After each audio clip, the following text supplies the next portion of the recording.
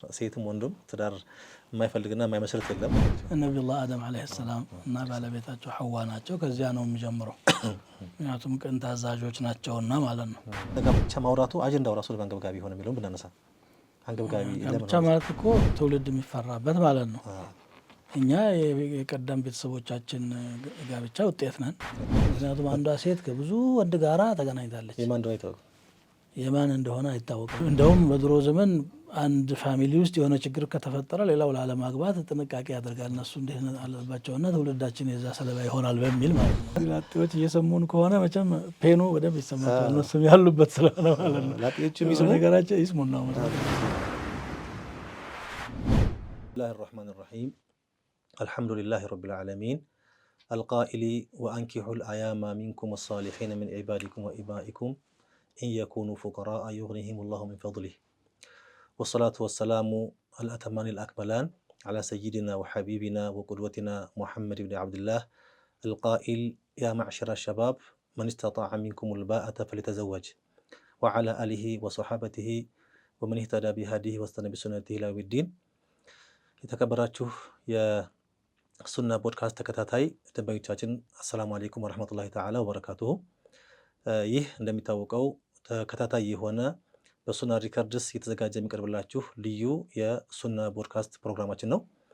በዚህ ርዕስ በርካታና ወሳኝ ያልናቸውን ለማህበረሰቡ አንገብጋቢና ጠቃሚ ናቸው ያልናቸውን መርጠን ከሼህ ከዶክተር መሐመድ ሐሚዲን ጋር ጠለቅ ባለመልኩ ሰፋ ባለመልኩ የምንወያይበት መድረክ ነው። ኢንሻአላህ እናንተም ይህን ፕሮግራም እንድትከታተሉና በሶሻል ሚዲያ በሚለቀቀው አድራሻችንም አስተያየት ካላችሁ ጥያቄ ካላችሁ ሊነሳ የሚገባው ርዕስም አለ ብላችሁ የምታስቡት ካለ እንድታጋሩን በአክብሮት እንጋብዛለን። ፕሮግራማችን ኢንሻአላህ በጥሞና እንድትከታተሉ ረጅም ደቂቃ ነው፣ ግን ጠቃሚ ስለሆነ እንድትከታተሉ እንጋብዛለን።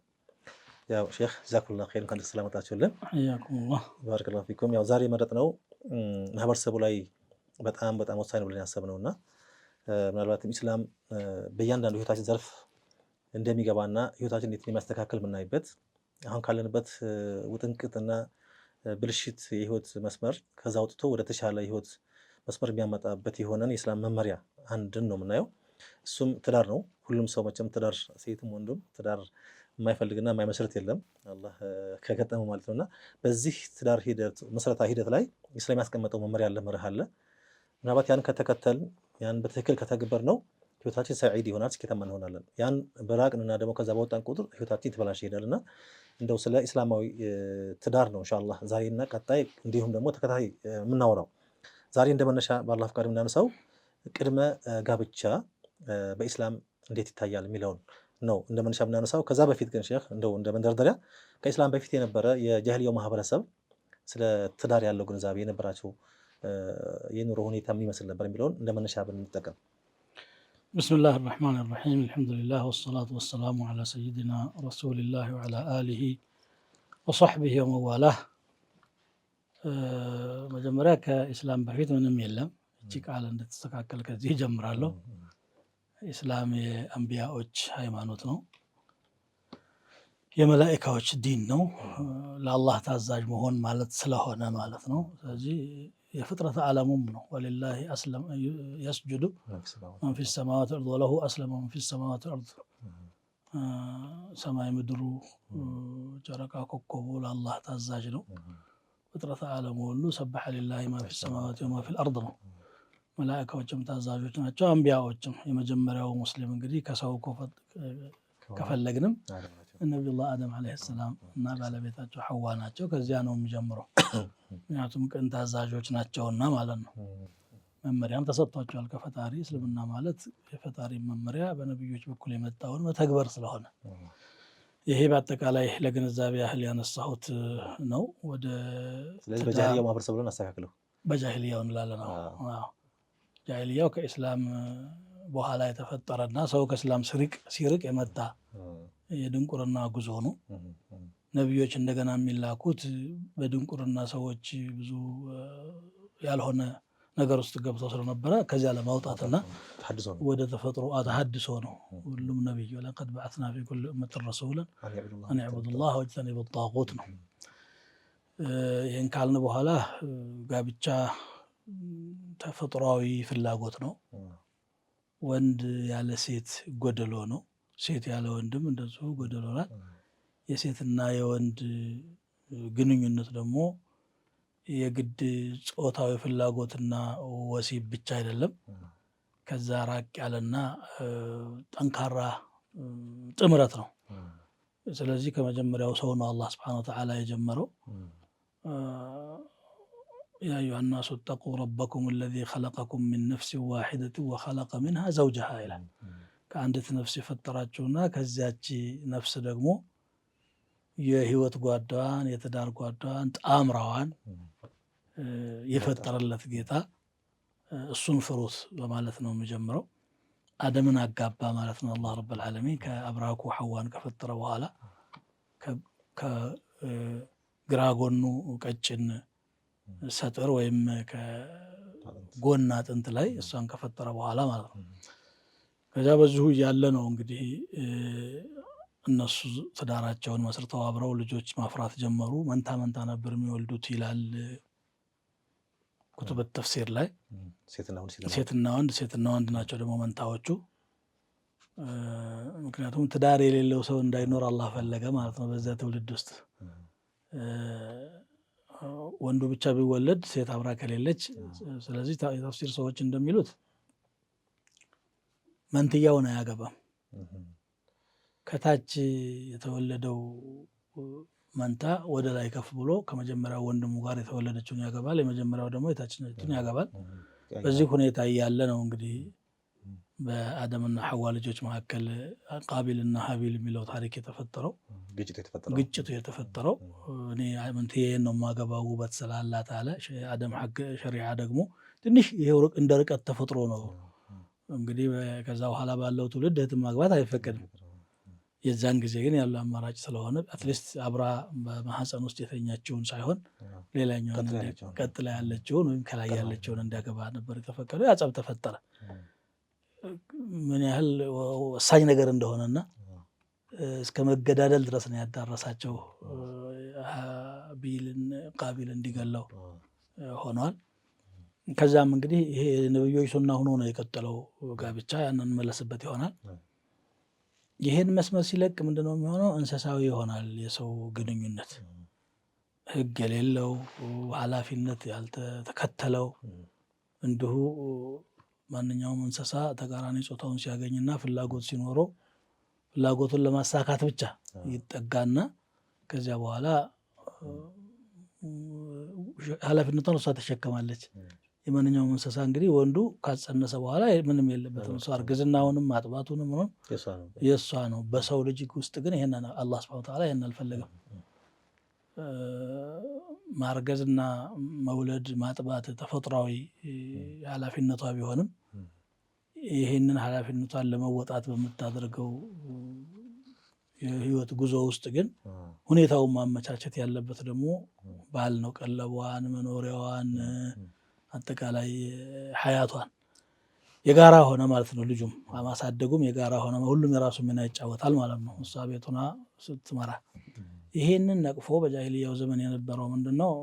ጋብቻ በመሰረቱ ጨርሶ አልጠፋም። በጃሂልያው ዘመንም ቢሆን ወላጅ ተጠይቆ ለማግባት ለጠየቀው ልጅ መዳር፣ የግራ ቀኝ ምስክሮች መኖር፣ ማህር መክፈል ነበረ መኖሩ እያለም ቢሆን ግን ተቃራኒውን ግንኙነት የሚገድብም ምንም አልነበረም። እንዲያውም የተለያዩ አይነት ጋብቻዎች ነበሩ በጃሂልያው ዘመን። እንደገና ደግሞ ዚናም እንደ ልብ ነበር ተከፍሏቸው ዚና የሚሰሩ። እንደውም ባሪያዎችን ገዝተው እነዚህ ባሪያዎች ዚና ተሰማርተው በሚያገኙትን ገቢ ለጌታቸው እንዲያደርጉ ሁሉ ተደርጎ የነበረበት ሁኔታ ነበር። ወላ ቱክሪሁ ፈተያቲኩም ዐለል ቢጋኢ ኢን አረድነ ተሐሱነን ብሎ ቁርአን እንዳወጀው አገልጋዮቻችሁን እነሱ ንጹሐን መሆን እየፈለጉ ከመጥፎ መራቅ እየፈለጉ በጉልበት አስገድዳችሁ ዝሙት ሰርተው ለእናንተ የገቢ ምንጭ እንዲሆኑ አታድርጉ ይላል። የዛሬው ጃሂልያም ይሄ ነው እንግዲህ። ሴቶችን የገበያ ዕቃ አድርጓቸው ይሄ የሚታይ ነገር ነው፣ ግልጽ ነው። ከዛም አልፎ ደግሞ በጣም ቀላል እንዲሆን ፈዋሒሹ ርክሰት እንዲፈጠር አመቻችተዋል ማለት ነው። ጀዛኩሙላሁ ኸይር። እንዳላችሁት እስላማዊ መመሪያ ማለት አጠቃላይ እስላማዊ መመሪያ ከላይ እስከታች ድረስ በወጣ ቁጥር ማንኛውም ህይወታችን ዘርፍ የተዛባና የተበላሸ ነው የሚሆነው። በየትኛውም የጋብቻውም፣ የንግዱም፣ የትምህርቱም የሁሉም ህይወታችን ዘርፋችን በሸሪዓ እስካልታነጸና እስካልተመራ ድረስ የተበላሸ የተዛባ ይሆናል። ትዳር ደግሞ በጣም ዋናውን የሚይዘው እሱ ነው። ሸሪዓዊ መር ሲሆን እስላማዊ መር ሲሆን ምንኛ ያምራል። አባት እናትነት፣ ወንድም እህትነት፣ ጎረቤትነት ሁሉ ነገር ያማር ይሆናል። ሀታ ከሙስሊም ውጭ ያለው እንኳን በእምነት ሳይገደብ በብሔር ሳይገደብ እስልምና ሲመራ ህይወት ያስተካከላል። ከዛ በወጣ ቁጥር ጃህልያ ያው ድንቁርና እንዳላቸው ይሆናል። ወደ እስልምናው ወደዚህ ወደ እስላማዊ ጋብቻ እንምጣና እንደው ስለ ኒካህ ስለ ጋብቻ ማውራቱ አጀንዳው ራሱ አንገብጋቢ ሆነ የሚለውን ብናነሳ አንገብጋቢ ጋብቻ ማለት እኮ ትውልድ የሚፈራበት ማለት ነው። እኛ የቀደም ቤተሰቦቻችን ጋብቻ ውጤት ነን። የእኛ ልጆች ደግሞ እኛ የምንመሰረተው ጋብቻ ውጤት ናቸው። ስለዚህ የሰው ህልውና ነው፣ የሰው ህይወት ነው። ምንም ለምን ተወራ የሚባል አጀንዳ ሳይሆን በደንብ ሊወራበትና መስመር ሊያዝ የሚገባበት የመኖራችን የመገኘታችን ሰበብ ነው። በጋብቻ አማካኝነት ነው እንግዲህ መገኘት ያለበት ሰው ማለት ነው። ክብር ያለው ፍጡር ስለሆነ ያለ ጋብቻ ሊሆን ምንም እንስሳዊ ግንኙነት ሊኖር አይገባም። ያው አላህ ተባረከ ወተዓላ በቁርአኑ ያዛል። በርግጥ ተጋቡ ብሎ ማለት ነው። ይሄ የአላህን ትእዛዝ ማክበር ብሎ በአንድ በኩል አይደለም ኢባዳም ነው፣ በአንድ በኩል ኢባዳ ነው። በሐላል ፍላጎቴን ሳሳካ ኃላፊነት ተሸክሜ ቤተሰቤን ስመራ በእያንዳንዷ ነገር በጉርሱም በመኖሪያውም በልብሱም ሐታ በጾታዊ ግንኙነቱ ጭምር አጅር የሚገኝበት የዒባዳ ክፍል ነው።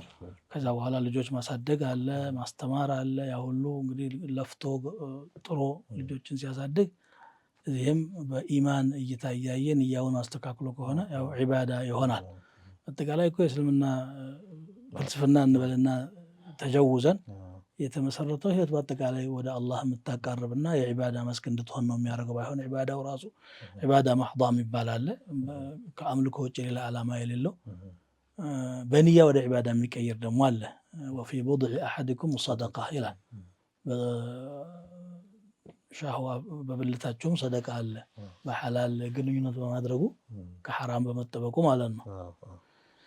ስለዚህ ሊወራ የሚገባ ወሳኝ የሆነ የአንቢያዎች ሱና የሆነ ነው።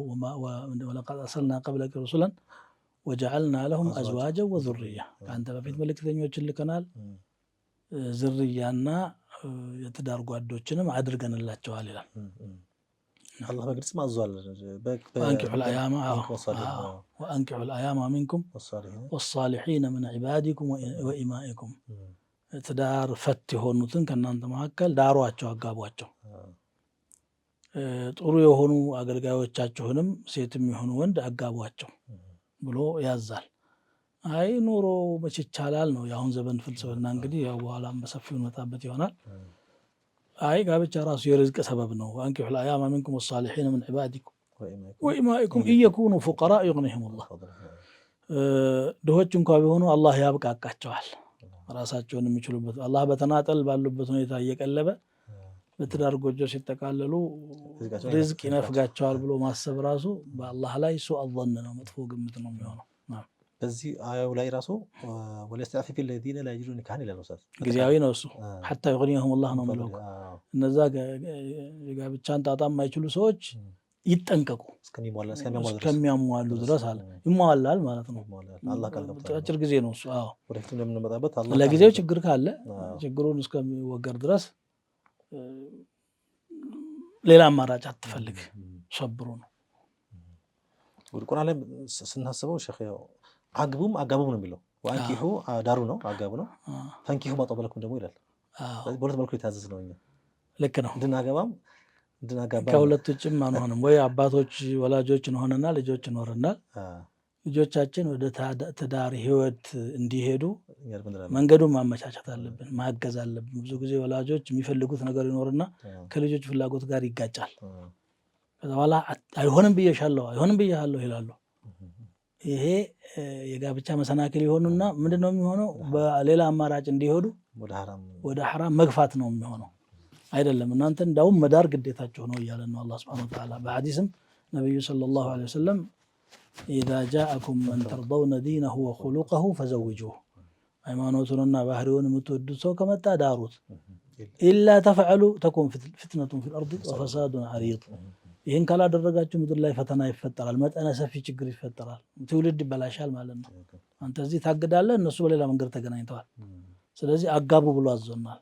ወላጆች ልጆቻቸውን ፍላጎታቸውን ማወቅ፣ ማገዝ፣ መርዳት፣ መቅረብና መንገዳቸውን ማቅለል ነው ያለባቸው እንጂ ስልጣናቸው ለማገዝ እንጂ ለመጨቆን አይደለም የተሰጣቸው። ይሄ ብዙ አጋጥመናል። እኛ አባቴ እምቢ አለኝ፣ እኔ ፈልጌው ነበር፣ እናቴ ከለከለችኝ። ብሔሩ ምንድን ነው? ምን ያህል ቁስ አለው? ለቁሱ ይድሩ ይመስል የሰውየውን ሀብቱን እንጂ ሰውየውን ስብዕናውን አያዩ፣ ዲኑን አያዩም ማለት ነው። ቡኻሪ ሶሒህ ቡኻሪ ላይ ባቡን አልከፋአቱ ፊ ዲን ይላል። ነቢያችን ሰለላሁ ዐለይሂ ወሰለም ዘይድ ብኑ ሐሪታን ከዘይነብ ጋር ኡሳማ ብኑ ዘይድ ነው ከዘይነብ ቁረሽያ ናት እሷ፣ እሱ አስሉ ባሪያ የነበረውን አጋብተዋል። ዘራቸው ታይቶ መቼ ቀረ? ይሄ ዲን ነው መታየት ያለበት፣ አቻነት በዛ ነው መታየት ያለበት ነው የሚለው። ከዛ ውጭ ሁሉቅ ታያለ። አንዳንዱ በጣም ቁጠኛ ይሆናል፣ አንዳንዱ ደግሞ ሰነፍ ይሆንና የማይከስብ ይሆናል፣ አንዳንዱ ደግሞ ብዙ ችግር ያለበት ባህሪ ካለ ለባህሪው እምቢ ልትል ትችላለህ። ዘሩ አጥንቱ ተቆጥሮ አጥንት ጥራት በምን ይለካል? የሆነ ሰዓት ላይ ለአንድ ወንድማችን ልናጭ ሄድንና አጥንቱ ምንድን ነው አለ። ሽማግሌ ተብሎ የተቀመጠው አጥንቱ ሰው ነው አልኩት። እኔ ነበርኩኝና እንግዲህ እናንተ የአጥንት ጥራት መለኪያ ካላችሁ በዲኤንኤ ይሁን በምን አላውቅም፣ እናንተ ለኩ፣ እኛ ሰው መሆኑን እናውቃለን፣ ጥሩ ሰው ነው ብዬ ቆጣ ስል አልሐምዱሊላህ ተሳክቶ አሁን ብዙ ልጅ ወልደው ተቀምጠዋል። ይሄ አይነት ትባር መሰናክል እና አጋቡ ብሎ ያዘዘው ወላጆች ልጆቻቸው እንዲያገቡ ጥርጊያው ማመቻቸት፣ ማገዝ፣ መምከር፣ ማዳመጥ፣ ትርታቸው መረዳት እንደሚጠበቅባቸው ነው የሚያመለክተው። አግቡ የሚለው ደግሞ ፈንኪሑ የሚለው ማንኛውም ለጋብቻ ዝግጁ የሆነ ሰው ምንም ምክንያት ፈርቶ ራሱን ማቀብ የለበትም። ማጣበለኩም ይሆነኛል ያላችሁትን የጣማችሁ እንግዲህ መልኳን፣ ባህሪዋን፣ እውቀቷን፣ ብልሃቷን የሚያይበት ሰው የራሱ የሆነ ብዙ አለ። እንግዲህ የሚመረጡበት መንገድ ያው ወደፊት የምንመጣበት ነገር ነው፣ በሐዲስም ተገልጿል። ያንን የምታሟላለህ ካገኘ ማግባት ነው። ስንት ዓመት ሊኖር ሰው ራሱን ያፍናል። አለዛ ደግሞ እምቢ ካለ ስሜት እንደ እሳተ ገሞራ የሆነ ሰዓት ላይ የሚፈነዳ ስለሆነ ራሱን ያልሆነ ቦታ ላይ ወድቆ ያገኘዋል። ለሱ ብቻ ለቤተሰብ የሚተርፍ ጦስ ነው የሚሆነው። ጦሱ ለተለያየ ነገር ነው የሚሆነው። ይሄ ትእዛዝ ግን ቁርአን ብቻ ሳይሆን በሐዲስም ያ ማዕሸረ ሸባብ ብሎ በግልጽ ቋንቋ ተጣርተው እናንተ ወጣቱ ነው በትኩረት ሰጥተው ማለት ነው። ሽማግሌው ያግባ ማለት ባይሆንም ሽማግሌውማ አግብቷል እና ምን ተጣም ኩል ባለ ፈለተዘወጅ ብለው ፈለተዘወጅ አምር ያደረጉት ልክ እንደ ቁርአኑ ማለት ነውና ነብዩ ሰለላሁ ዐለይሂ ወሰለም ይሄንን ብለዋል። እናንተ ወጣቶች ሆይ ማግባት የቻላችሁ አግቡ። ابن حزم الظاهري هنا حديث عبد الله بن مسعود حديث في صحيح البخاري يمتانه هنا سيقلسوا فرض على كل مسلم يستطاع الباءة أن يتزوج لالو قديتها نو لالو ليلو الجمهور وجدمو فرض إذا خاف العنت لالو كالا قباس زنا لا يندمي كتتراتر ما قبطها بالا ما قبطوا يتيقال ناتهم راسون لا دقاق قلطوا لنا ካልሆነ ደግሞ ሱና ይሆናል። ይህን ማዕና የሚያጠናክር ግን ሐዲስ አለ። ያ አኒካሁ ሱነቲ ፈመን ረጊበ ዐን ሱነቲ ፈለይሰ ሚኒ የሚል ሪዋያ ሐዲስ አለ። አዎ እውነት ነው። ፈለይሰ ሚኒ ማለት እኮ አመፀኛ ነው ማለት ነው። የኔ አይደለም ይሄ ሰው አሉ ነብዩ ሰለላሁ ዐለይሂ ወሰለም። ምክንያቱም ፈኢነሁ ለሁ ጃእ ተብሎ መከላከያ ነው ጋሻ ነው ከወንጀል ተብሎ ሳለ አልፈልግም ብሎ ራሱን የሚያታልል ከሆነ ፈለይሰ የኛ መመሪያ የተከተላል። አዎ አንዳንዱማ አለማግባት ጽድቅ የሚመስለውም አለ። ይሄ በሌላዎች እምነቶች እውነትም ገሌ ቆረበ ማለት ከጋብቻና ከዓለማዊ ህይወት ራቀ ማለት እንደ ጽድቅ ይቆጥሩታል። በእስልምና ደግሞ አግብተህ ትዳር መምራት፣ ልጅ ማፍራት ወደ አላህ የምንቃረብባቸው ነገሮች መካከል ነው የሚቆጠረው። ስለዚህ ከፊል ሰሓቦች ነብዩ ሰለላሁ ዐለይሂ ወሰለም ቤት መጥተው ሌሊት የሚሰሩትን ዒባዳ አጣሩ ይላል ሐዲስ ሶሒህ። እሳቸውማ ያው ማታ ይመጣሉ፣ አረፍ ይላሉ፣ ሌሊት ተነስተው ይሰግዳሉ። አረፍም እያሉ እየሰገዱ ነው የሚያሳልፉት ብሏቸው ይችም ምን አላት አሉ ሁሉው ሲያደርጉ አየህ የነብዩ ዒባዳ ቀለለችባቸው። አንደኛው ምን አለ አማ አና ፈአሱሙ ወላ ኡፍጥር፣ እኔ ሁሌ ጾማለሁ አለ፣ አላፈጥርም። እድሜ ልኩን ሊጾም ማለት ነው። ሌላኛው አማ አና ፈአቁሙ ወላ አናም ሌሊት በሙሉ ቆማለሁ እንጂ አልተኛም። ሌላኛው ደግሞ አማ አና ወላ አተዘውጅ ኒሳ ሴት አላገባም አለ። ስጋ አልበላም ያለም አለ። ይሄ ሪዋያ አለ። ይህንን ሲሰሙ ነብዩ ሰለላሁ ዐለይሂ ወሰለም እነዚህን ሰዎች ምን አሏቸው? እናንተ ናቸው ይህን ያላችሁት? አዎ። አማ አና ፈአሱሙ ወአፍጢሩ ወአናሙ ወአቁሙ ወአተዘወጁ ኒሳ፣ እኔ ግን እጾማለሁም እፈታለሁም ተኛለሁም እቆማለሁም ሴትም አገባለሁ። ይሄ ነው የኔ መርህ። ይሄንን የኔን መርህ የጠላ ሰው የኔ አይደለም፣ የኔ አይደለም ማለት። ስለዚህ እንደውም በሌላ ሐዲስ ደግሞ ተዘወጁል ወሉደል ወዱደ ፈኢኒ ሙካፊሩን ቢኩም ልኡመም፣ ወላድና ወዳድ የሆኑ ሴቶችን አግቡ። እንዴት እናውቃቸዋለን? ሳይገቡ በፊት ከፋሚሊው ይታወቃል። ወላድ የሆነ ፋሚሊ እናቷ ስንት ትወልዳለች፣ አክስቷ ስንት ትወልዳለች፣ ከቤተሰብ ይታወቃል። ትዳር አያያዛቸውም ከዚያ ይታያል። ስለዚህ ጋብቻ ላይ በነገራችን ላይ ልጅቷ ብቻ ሳትሆን የምትታየው ከጀርባ ያለው ቤተሰብም ይታያል። ቤተሰብም ጥንቃቄ ማድረግ ያስፈልገዋል ነው። መቁረብ ባላችሁት ላይ ዑስማን ብኑ መዝዑን ባለቤት አይሻ ካገባችና ይላሉ አዲስ ነው የመጣው። በጣም ሰውነቷ ጉስቁልቁል ብሏል። እንደው እንደ ሴቶቹ እንትን መቆርጃጀት ነገር የለምና ጠይቀች አሰበው ነው ይባላል። ለምንድን እንደዚህ ራስ ማጠበቅ ይስሉ ካነ ዘውጂ የሱሙ ወላ ይፍጢር ወየቁም ወላ ይናም። ስለዚህ ተረስቶኛ ትቶኛል። ስለዚህ እኔም ለማን ዘጋጃለሁ? እውነት ነው። ልጅቷ ስለሚሄን ሰሙና ነገሩት። ኢነ ሩህባንየተ ለም ትክተብ ዐለይና ምናምን ብለው ነገሩት ይላል። ልክ ነው። ሙንክስና ላ ረህባንየተ ፊል ኢስላም የሚልም አለ። መናኝነት ወይም ሙንክስና ህይወትን ትቶ መሄድ በእስልምና የለም። ቁርአኑም ይገልጻል። ቁል መን ሐረመ ዚነተላሂ አለቲ አኽረጀ ሊዒባዲህ፣ አላህ ለባሪያዎቹ ያወጣቸውን የሚያማምሩ ነገሮች ማን ነው እርም ያደረገው? ወጠይባት ሚነ ሪዝቅ፣ ከሲሳይ መልካም መልካሙን ማን ከለከለ? ቁል ሂየ ሊለዚነ አመኑ ፊል ሐያቲ ዱንያ፣ በዱንያም ለሙእሚኖች ነው። ኻሊሰተ የውመል ቂያማ፣ በአኺራም ደግሞ ጥርት ብሎ ለሙእሚኖች ነው የተዘጋጀው። ጥሩ ነገር ማን የከለከለው ብሎ ይገልጻል። ጋብቻው እዚህ ውስጥ ይካተታል። ከጋብቻ ያማረም ነገር የለም እዚህ ዱንያ። ሌላው ሁሉ ጋብቻን ለማገዝ ነው። ሀብቱም ምኑም ቤተሰብ አብሮ ለመኖር ስለሚያግዝ ነው የተፈለገው እንጂ ዋናው ነገር ቤተሰብ አብሮ መቀጠሉ ነው። በመሰረቱ በዚህ መልኩ በቁርአን በሐዲስም በትእዛዝ ተጠናክሮ የመጣው ይሄ ጋብቻ የህይወት መርህ በርካታ ጥቅሞች አሉት። በርካታ በጣም ቁጥረን ማንችል ማዘርጋቸው እያንዳንዱ ህይወት እያንዳንዱ ግለሰብ እያንዳንዱ ፋሚሊ ላይ የሚስተዋሉ ማለት ነው። ነገር ግን እንደው ለማንሳትና ለማስታወስ ያክል ለምሳሌ ጋብቻ ያስፈልግበት ወይም ጥቅሞቹ ከመምጣት ጥቅሞች መካከል አንደኛው የሰውን ዘር ለመጠበቅ ነው። በጋብቻ ቅድም እንዳላችሁት ማለት ነው። ጋብቻ ከሌለ ሸሪዓዊ የሆነ ጋብቻ ማለት ሌላው እንደ እንስሳ ሊራባ ይችላል። ግን ክብሩን ጠብቆ ወልቀድ ከረምና በኒ አደም ነው ያን ጠብቆ የሰው ዘር እንዲቀጥል አንዱ መንገድ ይሄ ነው። እዚህ ላይ መስማት ማብራሪያ ወሰዱ ነው። አዎ ሰው ዘር ሰው ሁለት ባህሪ ነው ያለው። ሰዋዊ ባህሪና እንስሳዊ ባህሪ አለው። እንስሳዊ ባህሪ ማለት ያው ፍላጎት ማለት ነው። ይሄ ፍላጎት በሰዋዊ ባህሪ በኢንሳንያ ካልታቀፈና ካልተከበበ በስተቀር ጥሩ ትውልድ አይመጣም። ምንድን ነው የሚሆነው? ማንኛውም እንስሳ ግንኙነት ሲያደርግ እንደሚጸንሰው ሊጸነስ ይችላል። ግን በእርግዝና ጊዜ የሚደረግ እንክብካቤ ያለ ሸሪዓው ያስቀመጠው ለእናቲቱ ለልጁ ስትወልድ አለ፣ ስታጠባ አለ። በጣም ሪዓያ ነው ያደረገላቸው። ለሴቶች እንክብክብ ነው ያደረጋቸው። ይህንን እስልምና ውስጥ የሚኖሩ ሴቶች ስለሚኖሩት ላያውቁት ይችላሉ። ወጣ ብለው ሲያዩት ነው ሊገባቸው። በእርግጥ ሙስሊምም ሳይሆኑ የተከበረ አይነት አኗኗር የሚኖሩ ስብዕናቸውን የጠበቁ ብዙ ሰዎች አሉ። ይህንን መካድ አይቻልም። ያ ይቀራል በጋብቻ ላይ ካልሆነ የተመሰረተው ማለት ነው። ጋብቻው ሸሪዓን የጠበቀ አይነት አመሰራረት ሲመሰረት ግን ለሁለቱ ብቻ ሳይሆን ለትውልድም ጭምር ይጠቅማል። የሰው ዘር የሚራባው የሰው ዘርም ይቀጥላል። የሰው ዘር መጀመሪያውንም በሐላል ነው የመጣው፣ ከአደም ነው የጀመረው።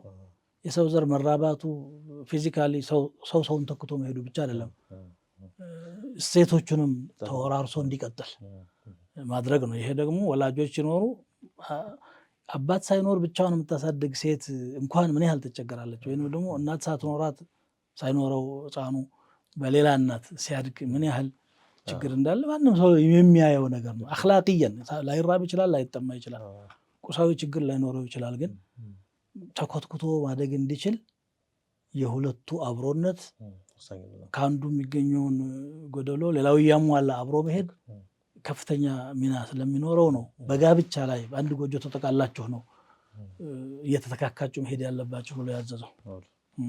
የሰው ዘር የሚራባባቸው መንገዶች 4 ናቸው ይላሉ ዑለማዎች በዚህ አጋጣሚና ያለ እናት ያለ አባት የሚፈጠር እንደ አባታችን አደም ያሉ እንደ ታሪክ ወደ ኋላ መለስ ብለን ካየን ይሄ እንግዲህ ከአደም በኋላ ያለው ደግሞ መሄድ ያለበት በዚህ መስመር ነው። በዚህ መስመር በእናት በአባት እንደ ተአምር ከሆነ እንደ ኢሳ እንደ ተአምር ሊሆን ይችላል። ከዛ ውጭ ግን እሱ ማይደገም ተአምር ነው። ከዛ ውጭ ባለ ግን መሆን ያለበት ከባላ ከሚስት በዚህ በኒካህ መልኩ በኒካህ መሆን አለበት። ያ ካልሆነ ዘር ተቋርጠ ብሎ ሸሪዓ የሚያስበው ማለት ነው። ኦፍ ኮርስ ምክንያቱም አባቱ እንዳለ አይቆጠርም በኒካህ ካልሆነ። አንዳንድ ሀገሮች ይህንን በጣም በልቅ ፈቀዱትና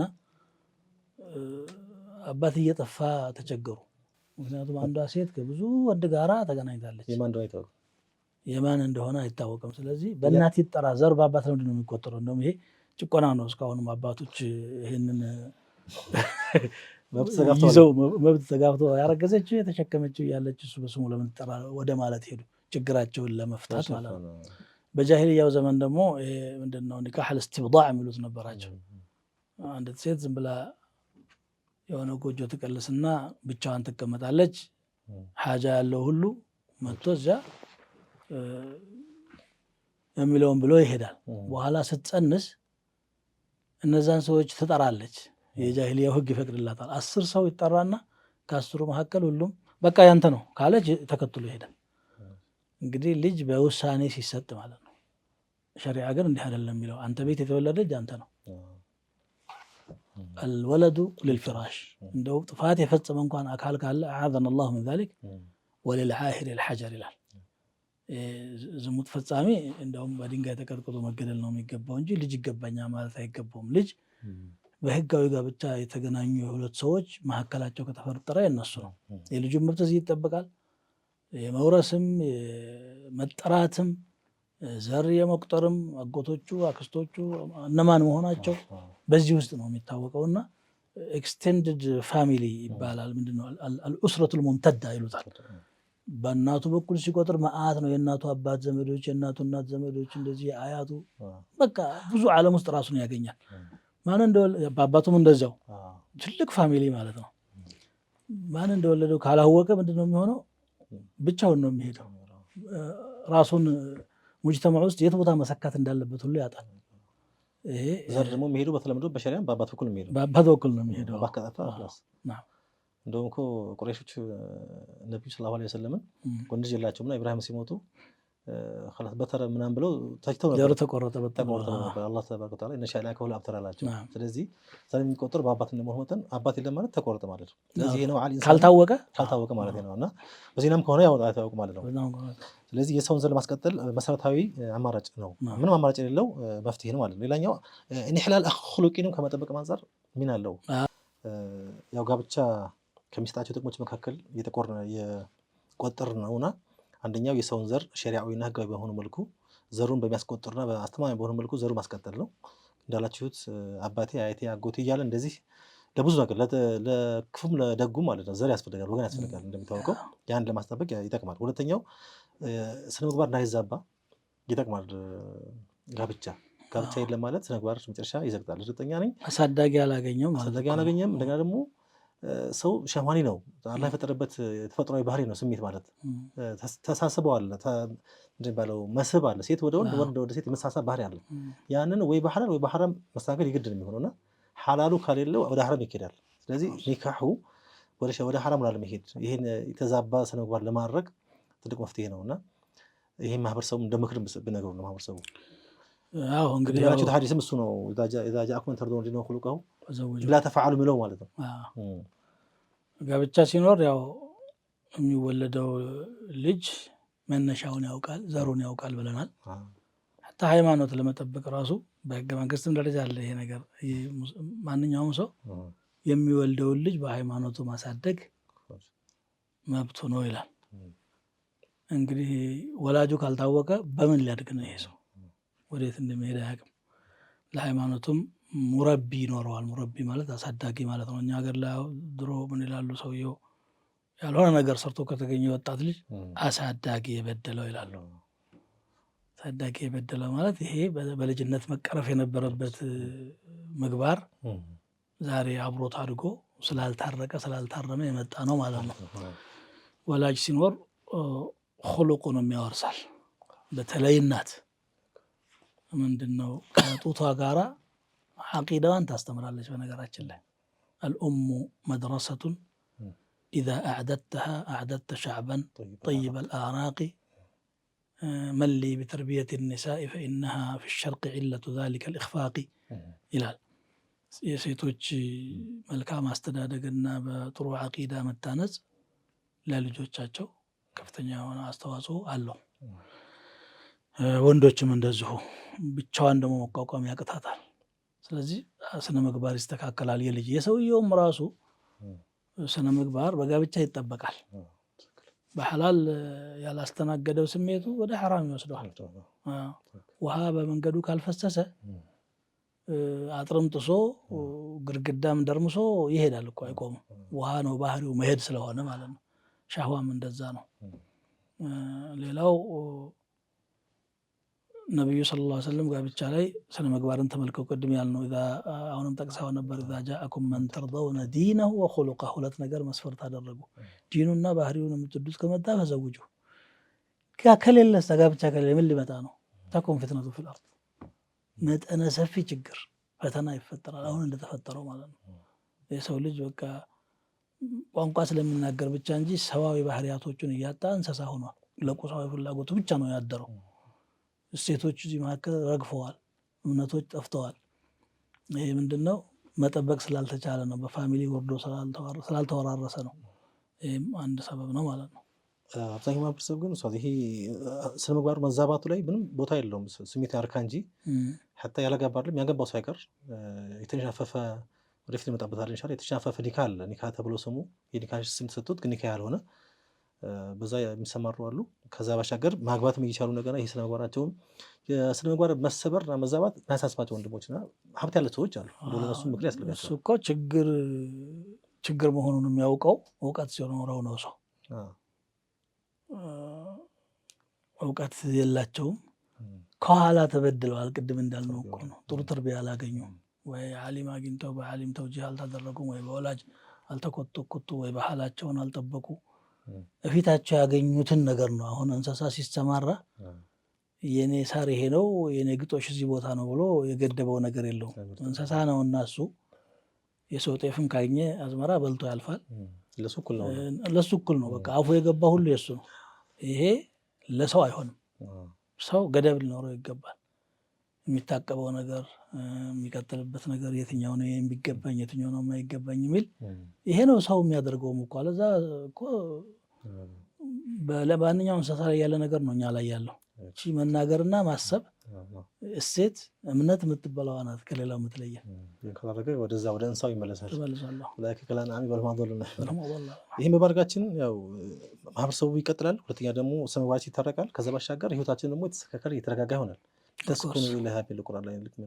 እንትን ነው እኮ ሰው ነውና ከሰው ጋር ነው መኖር የሚችለው። አናሱ ቢናስ ይባላል። አልኢንሳን መደንዩን ቢጠብዒህ ይላሉ። በተፈጥሮ ስልጡን ነው፣ ሲቪላይዝድ ነው። ከሌላ ሰው ጋር መኖር አለበት። አለዛ ጎደሎ አለው። ደግሞ ዝም ብሎ በወንድ ማህበረሰብ ብቻ ወንድ ቢኖር በሴት ማህበረሰብ ብቻ ሴት ብትኖር ተፈጥሯዊ ጎደሎዋን አይሞላላትም። ሐታ ስሜት የላቸውም ብለን ብንገምት እንኳን ማለት ነው። ስለዚህ ትዳር ውስጥ ያለው ምንድነው? መረጋጋት አለ፣ እርካታ አለ። ሰው ትዳርን ሲያስብ የሚያስበው ጾታዊ ግንኙነትን ብቻ ከሆነ አልተረዳውም። ለዚህ ነው አላህ ሱብሓነሁ ወተዓላ ወሚን አያቲሂ አን ኸለቀ ለኩም አዝዋጀን ሊተስኩኑ ኢለይሃ ወጀዐለ በይነኩም መወደተን ወረሕማ። ከድንቅ ተአምራቶቹ መካከል የትዳር ጓዶችን ለእናንተ መፍጠሩ ነው። መካከላቸው ለምን ልትረጋጉ። ሰከን ማለት መረጋጋት ነው። እርካታ ስሜትን ነው የሚመለከተው። እርጋታ ደግሞ መንፈስ ጋር የተገናኘ ነገር ነው። ሰው የተረጋጋ ህይወት የሚኖረው የትዳር ጓድ ሲኖረው ከሷ ጋራ ሲመክር የጋራ ዓላማ ሲኖራቸው የጋራ የሚያፈሩት ትውልድ ሲኖራቸው ሲወጣ ዓላማ ይዞ ይወጣል። ማታ የገጠሙ ቻሌንጆች ለማንም ማውራት የቸግረውና ተመልሶ ስራ ውሎ ተመልሶ እሷ ጋር ሲያወራ በቀላሉ ትፈታለታለች። ደግሞ እነሱ ችግሮችን በቀላሉ መፍትሄ የመጠቆም ተፈጥሮ አላቸው። ሴቶች በጥበብና በፍጥነት ነገሮችን ወዲያው መፍትሄ በመፍጠር በኩል ይለያሉ ከወንዱ። ስለዚህ ያ ጎደሎ ይሟላለታል፣ ቋጠሮ ይፍታታለታል። ብቻውን ሲጨነቅ ካደረ ሰውየው ውሎ አድሮ አቅሉ ራሱ እክትላል ሊሆን ይችላል። ከጭንቀቱ የተነሳ የሚያካፍለው ሰው የለውም። ጓደኛ ደግሞ ዝም ብለህ የስራ ጓደኛ ምናምን የምትለው ችግርህን አይፈታም። በቃ አላህ ስብሐነሁ ወተዓላ አንተ አብረህ የምትኖረው የፈጠረልህ ፍጹም ከአንተ የተለየች ፍጹም አንተን የምትመስል። ወንድና ሴት እኮ በጣም የተለያዩ በጣም የተመሳሰሉ ኸልቆች ናቸው። በዛ ካልተሞላ በስተቀር አይሆንም። ሊተስኩኑ አለ እዚህ ሌላ ቦታ ላይ ደግሞ ሁነ ሊባሱን ለኩም ወአንቱም ሊባሱን ለሁነ ይላል። እናንተ ለእነሱ ሽፋን ናችሁ፣ ልብስ ናችሁ፣ እነሱ ለእናንተ ልብስ ናቸው። እንደው በቀላሉ አንድ ሰው ራቁትን ቢወጣ ምን ያህል የሚያስደነግጥ እንደሆነ እንግዲህ ያው ለብሶ ሲሄድ ግን ግርማ ሞገስ ተላብሶ ይወጣል። ሚስት የሌለው ሰው ራቁቱን ባል የሌላት ራቁቷን ለተለያየ ፊትና የተጋለጠ ማለት ነው። ለብርዱም ለንፋሱም ለሙቀቱም የተጋለጠው ይሄ ሰውዬ ለፈሳዱም ለፋሕሻውም ተጋልጠዋል። አራኪቡ ሸይጣናን ይላል። እንኳን ሙሉ ሂደት ቀርቶ ትንሽ ጉዞ እንኳን ለመጓዝ አንድ 70-80 ኪሎ ሜትር ለመሄድ ብቻህን ከሄድክ ሸይጣን ነህ ይላል። ምክንያቱም ብቻህን ስትሆን እኮ ላገኘኸው ፈሳድ ልትጋለጥ ትችላለህ። ብቻውን የማይጠጣ ሰው ጋር ሲሆን የማይጠጣ ሰው ብቻውን ሲሆን እስቲ ለቅመሳት ሊል ይችላል። ወልዒያዙ ቢላሂ ሚን ዛሊክ። ስለዚህ ትዳር ከብዙ ነገር ይጠብቃል። ሌላኛው ደግሞ ይሄ እንትን ኒካ ከሚሰጠን ጥቅም መካከል ዘመኑ ያመጣው በሽታ አለን አምራድ ፈታካ ኤች አይ ቪ የመሳሰለ ሌሎችም አሉና እነሱን ከመታደግና ከመከላከል አንጻር ትልቅ ሚና አለው። ከሚስቱ ጋር ከተቆጠበ አንድ ሰው መጀመሪያም ቅድመ ምርመራ ይደረጋል። ከዛ በኋላም ጥንቃቄ ይጠበቃሉ። ይሄም ወደዛ ስለማይሄዱ በሸሪያው ስለሚኖሩ ከዛ ለእነሱ ብቻ ሳለ ጀኔሬሽን የሚያበላሽ ትውልድ የሚያበላሽ ልጆቻቸውን ያጠቃ ጎረቤት ሊበክል የሚችል በሽታን መከላከል የሚቻለው ዋነኛው መንገድና ዋነኛው ኒካ ነው። እንደውም እዛ ላይ የሆነ ጥናቶች እየሰራሁም እያነበብኩም ነበርና 97% ኤች አይ ቪ የሚተላለፍበት ችግር ግንኙነት ነው ይላል። ጾታዊ ግንኙነት 3% ናት ማለት ነው። ሌላዋ ምክንያት ምናልባት እንግዲህ በምላጭ በመርፌ የሚባለውን በጣም ይምንት ነው። ይሄ ማለት የጾታ በሽታ ነው። በነገራችን ላይ ዘመን አመጣሽ በሽታ ብቻ አይደለም። ድሮም ነበሩ በጋብቻ ሰበብ አባላዘር በሽታዎች ተብለው የሚጠቀሱ እንደ ቅጥኝ ምናምን ይሏቸው ነበሩ። እንደውም በድሮ ዘመን አንድ ፋሚሊ ውስጥ የሆነ ችግር ከተፈጠረ ሌላው ላለማግባት ጥንቃቄ ያደርጋል። እነሱ እንዲህ አለባቸውና ትውልዳችን የዛ ሰለባ ይሆናል በሚል ማለት ነው። ዛሬ ይገለላሉ። ሕክምናው ትንሽ ራመድ ስላለ ብዙ ችግሮች በአላህ ፍቃድ ተፈተዋል ብንልም ማለት ነው። የተለያዩ ጾታ ነክ ወይም ደግሞ በግንኙነት ሰበብ የሚመጡ በሽታዎች አሉ። ዚናን ሲሰራ ጤነኛው ፋሚሊ ላይ ራሱ ችግር ይዞ ሊመጣ ይችላል። እሱ ሄዶ ሌላ ቦታ ላይ ባጠፋው ጥፋት ወይም እሷ ሾልካ በፈጸመችው ችግር አንዱ ሌላኛውን ይጎዳል። ሰው መግደል ሁሉ በዚህ መልኩ ይፈጠራል። ይሄ ነፍሰ ገዳይ ነው፣ ሸርዓን ቃቲል ነው ከታወቀ። ስለዚህ ዑለማዎች ምንድነው የሚሉት? መመርመር ዋጅብ ነው ይላሉ። አዎ አሁን ባለው ሁኔታ ምክንያቱም ማላ የቲሙል ዋጅቡ ኢላ ቢሂ ፈሁወ ዋጅብ። አንድ ግዴታ ያለሱ የሚሳካ ከሆነ ያም ነገር ግዴታ ይሆናል። ጤናችንን መጠበቅ እያንዳንዳችን ዋጅብ ነው። ሒፍዙ ሲሐ አጥማጣት ለዓፊያ ነው ዱዓ የምናደርገው። اللهم اني اسالك العفو والعافيه في الدين والدنيا والاخره اللهم اني اسالك العافيه في ديني ودنياي واهلي ومالي اللهم استر عوراتي وامن روعاتي አደረገው ዱዓ والله ጧት ማታ በየሰዓቱ አንዱ ስለ ዓፊያ ነው። የዱንያም ዓፊያ አለ፣ የአኺራም ዓፊያ አለ። ይሄን ዓፊያ የሚያውክ ነገር የፈጸመ ሰው ወንጀለኛ ነው።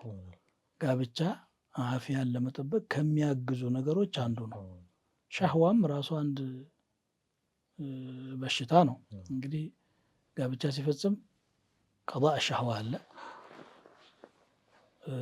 ቤቱ በልቶ የወጣ ሰው የመንደር ምግብ አይሸታውም።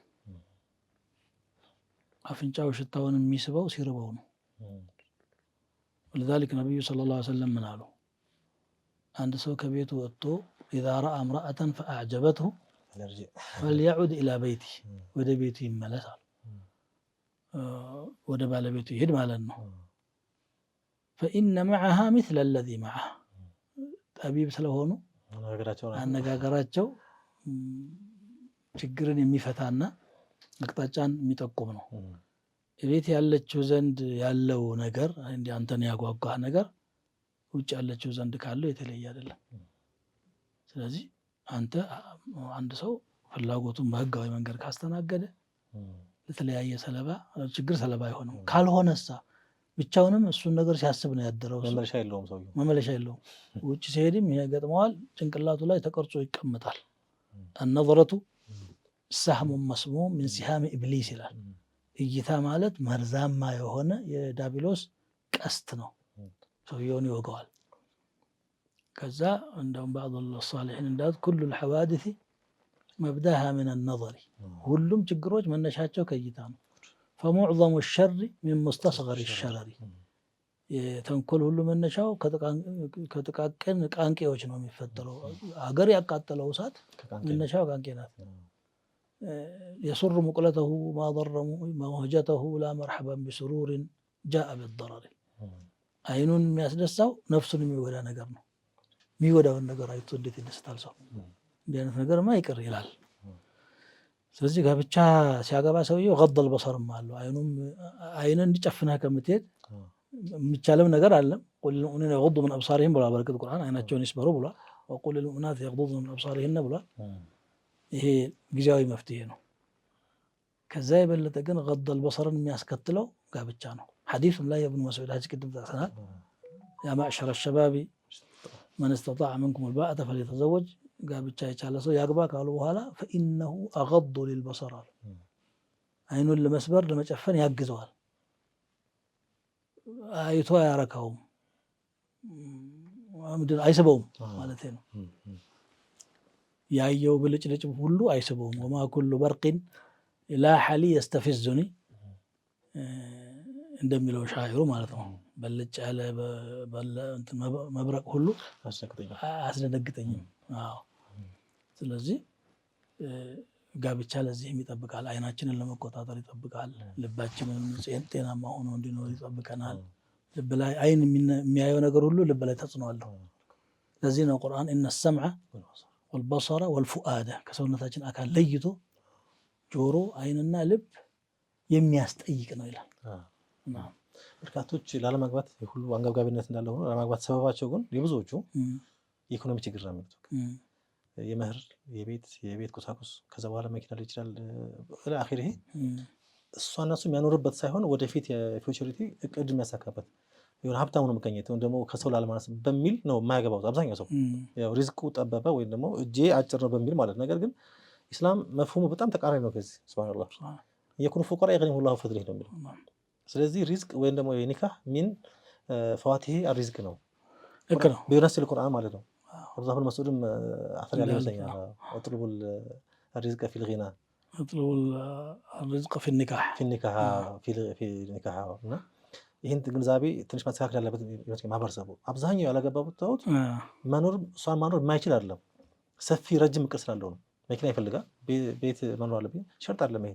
ከሐራም በተለይ ደግሞ አሁን ራስ ለመጠበቅ በዚህ በፈሳድ ጊዜ ተበድሮ ማግባት ያለበት ጊዜ ነው። አሁን ሰዓት ቅድም እንዳላችሁት ኢብኑ ሐዝም ቀውል ያልቻለ ያለ ሰው ፈሳድ ላይ የሚወርቅ ሰው ፈርድ ነው እና ይህንን በዚህ በማይረባ ተልካሻ ምክንያት ያማኙ ወንድሞቻችን በተለይ ደግሞ እህቶች ደግሞ ወደ ፈሳድ የሚሄዱበት አጋጣሚ ሰፊ ስለሆነ የእነሱ ከመታደግም አንጻር ራስን ከመጠበቅም አንጻር በሪዝቅ መጥበብ አላህ ዋስትና በሰጠው ምክንያት ከጋብቻ ወደኋላ እንዳይባል ቢመክሯቸው ማለት ነው። እንግዲህ የሰው ፍላጎት ጋብቻም መልበስም መጠጣትም ፍላጎት ነው አይደለም።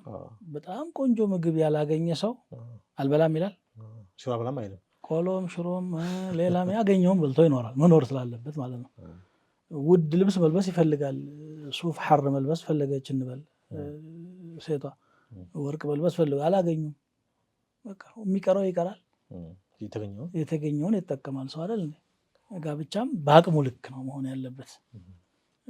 ይሄ የቁስ ክራይቴሪያ ካስቀመጥ ጣሪያው አይታወቅም። እኔ ሀብታም ካልሆንኩኝ አላገባም ካለ ሀብታም ማለት ምን ያህል ያለው ነው? ምን ያለው ነው? ይለያያል። ምንም መጨረሻው አይታወቅም። ለዚህ ብሎ ብዙ ሀብት የሌለባቸው ገጠራማ አካባቢ የሚኖሩ ሰዎች የተሳካ ትዳር ይመራሉ። ፍቅርና መከባበሩ፣ ልጅ መውለዱ ባለው ኤንቫይሮንመንት ልክ። እዚህ ከተማ ውስጥ ያሉ መኪናም ጭምር የሚቀያዩሩ ብዙ ሱቅ ያላቸው ትዳር ያልመሰረቱ አሉ። ሀብታም ሲሆን ልትካፈለኝ ነው ብሎ ይጨነቃል። ድሃ ሲሆን የለኝም ይላል። መቼ ነው የሚያገባው እሱ? ስለዚህ እንደዛ ተሆኑ ደግሞ ከሐራም መጠበቁ አይችሉም እኮ። ራስን ማታላል ነው። ምንድነው እኔ ራሴን እተማመናለሁ የሚል ሰው ኢማ ካዚቡን አው ፋጅር የሚል እኮ የዑመር አባባል አለ። ወይ ውሸታም ነው ወይ ደግሞ ዚና ላይ ነው ያለው ይሄ ሰው። ወቀድ ይኩን መሪዳ ወይ በሽተኛ ነው። በሽተኛ ነው። ሶስተኛ አማራጭም አለው። አቅም የሌለው ሲባል ጾታዊ አቅም የሌለው ሆኖ ሊሆን ይችላል። ፖሲብል ግን አቅም አንተን የምትመጥን ነው መፈለግ ያለብህ። አንድ ሽማግሌ ይባላል እንግዲህ እንዳንድ ምሳሌዎች መጥቀስም ይገባል። አባባ መስት ይፈልጉልኝ አላቸው ወጣት። እሺ ልጄ ምን አይነት ነው የምትፈልገው አሉት። መልኳ መቼም በጣም ቆንጆ መሆን አለበት አለ። አንድ መስፈርት እንግዲህ መልክ የቁንጅና መለኪያው በራሱ በተመልካቹ አይን ላይ ብቻ ነው ያለው።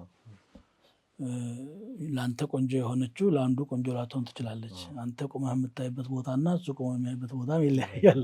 ስለዚህ መልክ አለ። ሀብት ደግሞ በደንብ ሀብት ያላት መሆን አለበት አለ። ዘሯም የታወቀ ዘር መሆን አለበት አለ። የተከበረች መሆን አለበት። 4 መስፈርት ሲደረድርላቸው ዋ ልጄ የ4 ሰው ሚስት እኮ ጠየቀኝ አሉት ይባላል።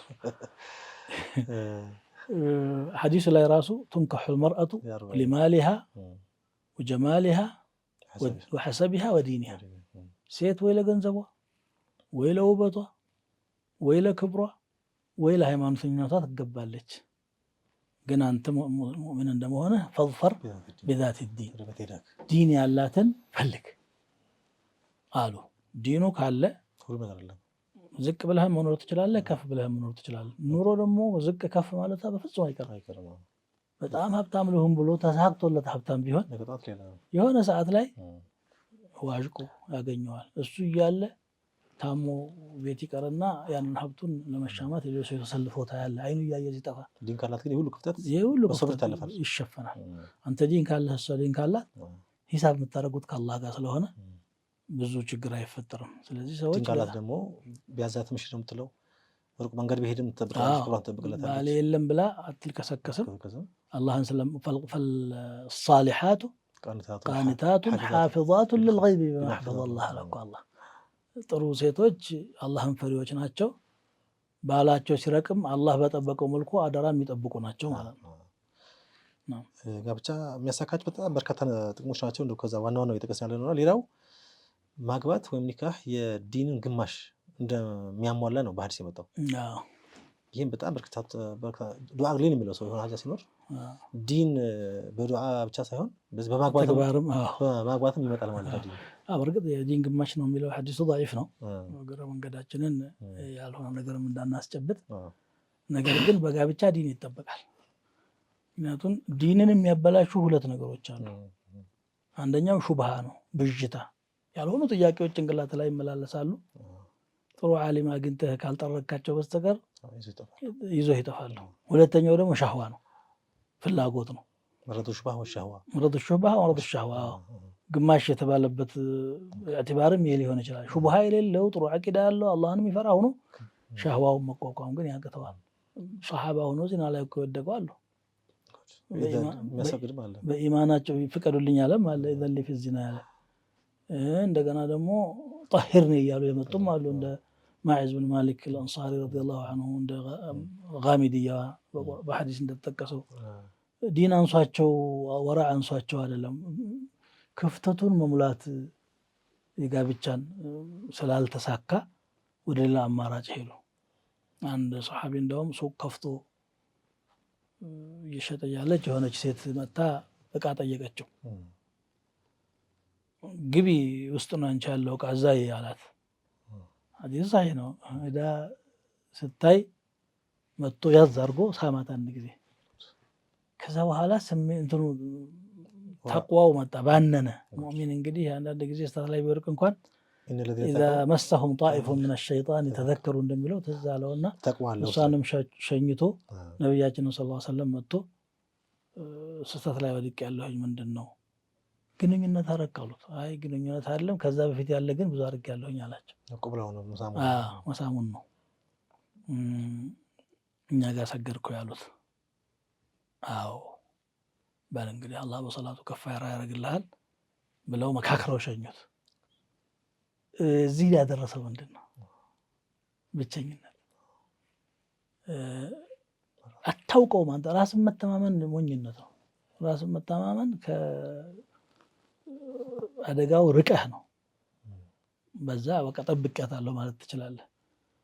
መን ካነ ዩእሚኑ ቢላሂ ወልየውሚል አኺር ፈላ የቂፈነ መዋቂፈ ቱሃም ተብሏል። እና አጠራጣሪ ቦታ ላይ መገኘት የለበትም። አጠራጣሪ ቦታ ላይ መገኘት የለበትም ብለዋል። አሰር ነው ሐዲስ ሰሒህ መሆኑን እርግጠኛ አይደለሁም። እንዲህ ስለሆነ ጥንቃቄ ይፈልጋል ማለት ነው። በጥቅሉ ጋብቻ በህይወታችን ላይ በጣም ስኬታማ ሰክሰስፉል እንድንሆን፣ ደስተኛ እንድንሆን፣ የተረጋጋ እንድንሆን፣ ዲናችን እንዲጨምር፣ በሪዝቃችን እንዲሰፋ። ሰው ዛሬ የሚደክመው ሪዝቅ ፍለጋ ነው። መቼም ጠዋት ወጥቶ ማታ የሚገባው ላቡን የሚጠርገው ላብ ሪዝቅ ፍለጋ። ሪዝቅ ደግሞ አላህ ሰላተቱ ሐቁን አላህ አይን አዩዒነሁም ብለዋል ነብዩ ሰለላሁ ዐለይሂ ወሰለም። እና ሪዝቁን አላህ ለመደገፍ በዚህ ጋር ምን ይላል መሰላችሁ ሐዲስ ሰላተቱን ሚነ ሰዓደቲ ወሰላተቱ ሚነ ሸቃኢ አሉና فمن السعادة المرأة الصالحة تراها فتعجبك والغيب وتغيب عنها فتأمنها على نفسها ብለዋል። በጥቅሉ ጋብቻ የደስታ የስኬት ምንጭ ነው። በዚህ ዓለም ስለምን ብቻውን ከሄዳችሁት ለተኩላ የተጋለጣሉ ለስሜት ለተኩላ እና ይሄን ያክል ካል በተቃራኒው ደግሞ የላጤነት ጉዳቱ አደገኝነቱ እንደምን ያክል ነው። ወጣቶቻችን ይሄን በደንብ እንዲያዳምጡት እንፈልጋለን። ወጣት ብቻ ሳይሆን ያገቡም እንዲጨምሩ ሐቂቃ ሼክ በደንብ እንድትናገሩ ፈልገው ማህበረሰባችን በጣም ሀብት አለ አልሐምዱሊላህ። 4 ሚስትም ከዛ በላይ አይፈቅድም እንጂ የሚችሉ ሰዎች አሉ። እንደው ያንን ግን ሰብስበው ለሌሎች ሳካፍሩት ቀሩ በመባል ደረጃ ማለት ይቻላልና ለምንድን ነው በተለይ ደግሞ አራሚሮች አሉ። ሐራም ፈዋሽ በተስፋፋበት ጊዜ ሸይጣን በተስፋፋበት ጊዜ በተለይ ሶሻል ሚዲያው እናውቀዋልና ይህን ችግር መቅረፍ ያለበት ያላገባው በማግባቱ ያገባው ደግሞ ከቻለ በመጨመር ሊሆን ይችላልና ዑዙባ ወይም ላጤነት ወንድ ላጤነት ያለው አደገኝነት ምን ይመስላል የሚለውን እስኪ እንግዲህ የጋብቻን ጥቅም ስናነሳ በተቃራኒው የላጤ ጉዳት ግልጽ እየሆነ ይመጣል። ለምሳሌ ሰከን ብለናል ቅድም፣ መረጋጋት ይኖራል ብለናል። ትዳር የሌለው ሰው አልተረጋጋም ማለት ነው። አይኑን ለመቆጣጠር ያግዘዋል ብለናል። አይኑን አይቆጣጠርም። በኋላ ራሱ እኮ ያልሆኑ ነገሮችን ይለምድና ትዳር እንኳን ውስጥ ቢገባ ከዚያ ውስጥ መውጣት ያዳግተዋል። ዛሬ በዚህ በኢንተርኔት እና በሶሻል ሚዲያ ያሉ ፈተናዎች ብዙ ናቸው። ሸይጣናዊ ነገሮች ስለሆኑ እሱም ሊሆኑ ይችላሉ። እንደገና ደግሞ ስሜትን ራስን በራስ ማርካት ወይም ማስተርቢሽን ነው የሚሉት በማነካካት እንደዛ አይነት ነገሮች ወሲብ ድክመትም ያስከትላሉ። ይሄ የተረጋገጠ ነገር ነው። በሕክምና ባለሙያዎች በሸርዕም የተከለከለ ነው። الذين هم لفروجهم حافظون إلا على أزواجهم أو ما ملكت أيمانهم فإنهم غير ملومين فمن ابتغى وراء ذلك فأولئك هم العادون። ብልቶቻቸውን የሚጠብቁ አላህ በፈቀዳቸው ሚስቶቻቸው ወይም ጭንገረድ ካላቸው በእነዛ ካልሆነ በስተቀር ከዚህ ውጭ አማራጭ የፈለገ ወሰን ኃላፊ ነው ብሏል። ከዚህ ውጭ ያሉ አማራጮችን ለመጠቀም ይዳርጋል። ላጤነት ዚና ላይ ለመውደቅ ይዳርጋል። ለገንዘብ ብክነትም ይዳርጋል። አንድ ሰው ትዳር ሲመሰርት ለወር ወጪ የሆነውን አንድ ጊዜ ያዘጋጃል። ያ ያዘጋጀው ነገር ለሁለት ሰው በጣም በቂ ነው። ጤናማ በሆነ መልኩ ራሳቸውም ያዘጋጁታል። የሚያገኙትን ነገር ደግሞ በጋራ ማጠራቀምና የወደፊት ህልም ኖሯቸው አብሮ ለመስራት ያሳካላቸዋል። ህይወቱን የሚጋራው ሰው ነው ያገኘው ይሄ ሰው። ስለዚህ ይሄ ካልሆነ ምንድን ነው የሚሆነው? በቃ የዛሬውን ዕለት ብቻ ነው የሚኖረው። ራሱን ሰውነቱን ይገነባል፣ ገንዘቡን ያባክናል። አንዳንዴ ጭንቀት ሲሰማ ወደ አጉል ሱስም ይሄዳል። ሰውየው ባይተዋርነቱን ለማቅለል ወደ መቃም፣ ወደ መጠጣት፣ ወደ ማጨስ እንበል አላስፈላጊ የሆነ ልማድ ወደ አላስፈላጊ የሆነ ሱስ በሰውነቱ ላይ በራሱ ላይ ይተክልና ለገንዘብ ብክነት ሰበብ ነው፣ ለጤና ሁከት ሰበብ ነው፣ ለብዙ ነገር ይበቅታል። ሰው እንግዲህ በቀን ሲጃራ መግዛት ከቻለ ጫት መግዛት ከቻለ ጫት በጣም ውድ ነው። ከዳቦ የበለጠ ውድ እሱ ነው ታውቃለህ። ከማርም ይወዳል፣ አንዳንድ ጊዜ ከወተት ይወደዳል። ገንቢ ከሆኑ ጠቃሚ ነገሮች ማለት ነው። ያን መግዛት የሚችል ሰው ትዳር መመስረት አልችልም እንዴት ይላል? መከራየት ይችላል፣ መቀለብ ይችላል ማለት ነው። ሌላ ነገር የለውም። ማልበስ ይችላል ማለት እኮ ነው። ጫት እንግዲህ እኔ ስንት እንደሚገዛ አላውቅም። አልሐምዱሊላህ ከጫት ጋር ግንኙነት የለኝም። ምስሏን ብቻ ነው ያየሁትና ግን ውድ እንደሆነ አውቃለሁ ከህብረተሰቡ በምሰማው መረጃ ማለት ነው። ያንን ደግሞ ብቻውንም አይደለም የሚበላው፣ መሰሎቹን ይሰበስባል። መሰሎቹንም ሲጋብዝ ነው የሚውለው።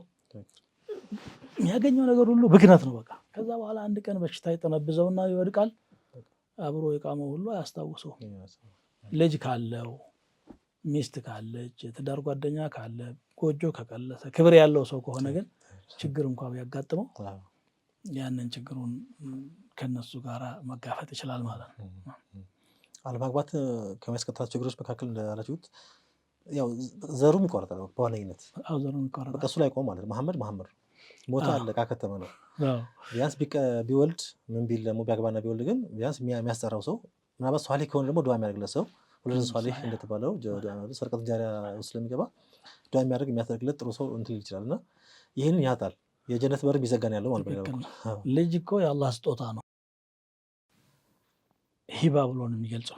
ነቢዩላህ ኢብራሂም በስተርጅና ልጅ ሲያገኙ እንግዲህ በስተርጅና ልጅ ስትወልድ እኮ ለማሳደግም አቅም የለህም፣ አንተን ለመጦር አቅም የለውም። ምን ያደርጋል ነው የሚለው ሰው። በልጅነት ከወለደ ግን ጓደኛም ሊሆን ይችላል። ያ ልጅ ከፍ ያለ ጊዜ ነፍስ ሲያውቅ በቃ አብሮ ስራ ውስጥ ይገባሉ፣ ንግዱም እርሻው ምኑ ውስጥ ይገባሉ። በስተርጅና ከወለዱ በኋላ አልሐምዱሊላህ አለዚ ወሀበ ሊ ዐለል ኪበሪ ኢስማዒል ወኢስሐቅ አሉ። በስተርጅና ኢብራሂምና ኢስሐቅን የሰጠኝ ጌታ፣ ጀባ ያለኝ ጌታ ምስጋና ይግባው አሉ። የሙእሚኖች ባህሪ ሲናገር ሱረቱል ፉርቃን መጨረሻ ላይ ወለዚነ የቁሉነ ረበና ሀብ ለና ሚን አዝዋጅና ወዙርያቲና ቁረተ አዕዩን፣ ከሚስቶቻችንና ከዝርያዎቻችን የአይን ማረፊያ የሆኑ ስጠን ይላል።